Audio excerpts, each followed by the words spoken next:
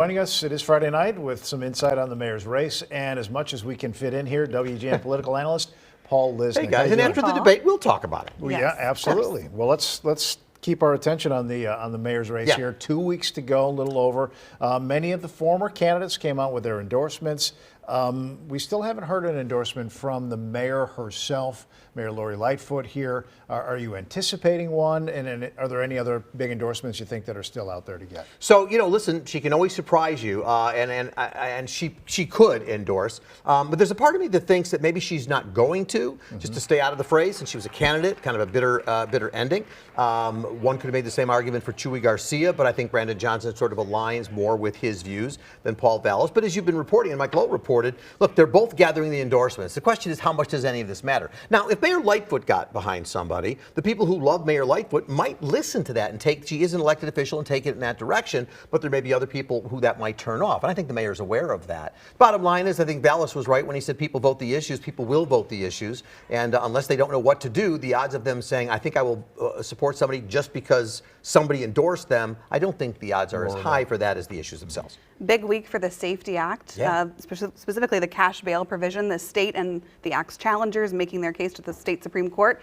One of the big issues here is the separation of powers in the state. Can you explain that legal line there? Yeah, so the legal issues for the Illinois Supreme Court is, well, there's two issues. One is the separation of powers, as you said, Jenna, which is, does the legislature, are they encroaching on the court's powers when they start talking about what is bailable and what is not? Or is that something that only the courts can handle? That's issue number one. And issue number two is, and by the way, what is bailable?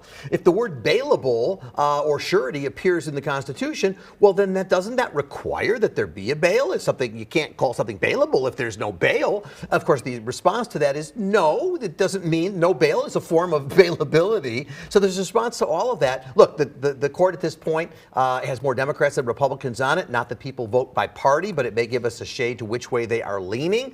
So the odds are that it could be, that they could go in either direction. But I think the odds are, if I was a betting man, I'd say they probably saved the act as opposed to finding it unconstitutional. Another issue we want to cover here, the ComEd 4, their trial finally started here. What did you make of the tapes that we're hearing, and how do you think that it's going to play out?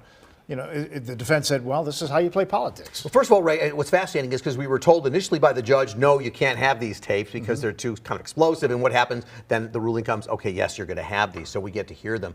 The bottom line is there's two pieces to this. First of all, the political argument that the defendants are making is a strong one, because what they're saying is, look, yes, you hear Mike Madigan, and you basically hear Mike McClain on tape basically saying to others, you want to know who the real boss is? The real boss is the speaker. That's who the boss is. Well, if you don't understand politics, you might sit back and say, well, that doesn't sound legal. What's wrong here? But if you understand Illinois politics and you're sitting on the jury, you might say, yeah, welcome to Illinois. That's the way the political machine works. And it may be unethical, but is it illegal? That's the kind of, I think, debate that defense lawyers are hoping to have with them. But there's also the possibility that, look, there will be a Mike Madigan trial in November of next year. So depending on what kind of reactions they get from the jurors, how these tapes play, that may be informing them as to what kind of strategies they might want to use down the line in a Mike Madigan trial. Let's stick with court cases and head down to Texas, where there's a big abortion case underway. In Amarillo, Texas, a judge there hearing from advocates who believe the FDA improperly approved the drug mifepristone decades ago. What are the broad implications of this case there? So, Jenna, the thing about this is, and look, this is my analysis here is not an abortion analysis. For our viewers who are, believe in abortion rights, or those who don't believe people should have abortions, it's just not about that. I respect whatever your views are. Here's the issue. If this judge decides that the FDA didn't properly evaluate the drug and that he finds that it's not safe and therefore must be thrown out. First of all, although he's a single judge in Amarillo, Texas, because he sits on the federal bench, essentially what he's saying is bad drug, therefore bad in the country. Federal bench. So it would become illegal everywhere in the country. But secondly, the concern I have on this case is a single judge looking at any drug, it's not about abortion, any drug, and saying, yeah, I don't think the FDA did the proper thing here and looked at it enough, because that opens up the issue for transgender drugs that are involved in that, diabetes, COVID, name your drug. Because now everyone will go forum shopping for a judge somewhere in the country who will look at any drug that you have an issue about and get that judge to say, yeah, I think I'll overturn the FDA too and get rid of that drug. So you have people putting them in the feet of, in the shoes of scientists. That's the concern I have there. And it does look like, based on this judge's history and his leanings and all that, he is liable to go in the direction of finding it to be illegal. And the concern, again, is that drug, but it's also what it means beyond that. Quick lineup. Real quick. Yeah, lineup. busy show this weekend. Congressman Mike Quigley joins me to talk about the bank collapse, of course, and Ukraine. He's going off to Ohio Monday to take a look at where we make tanks.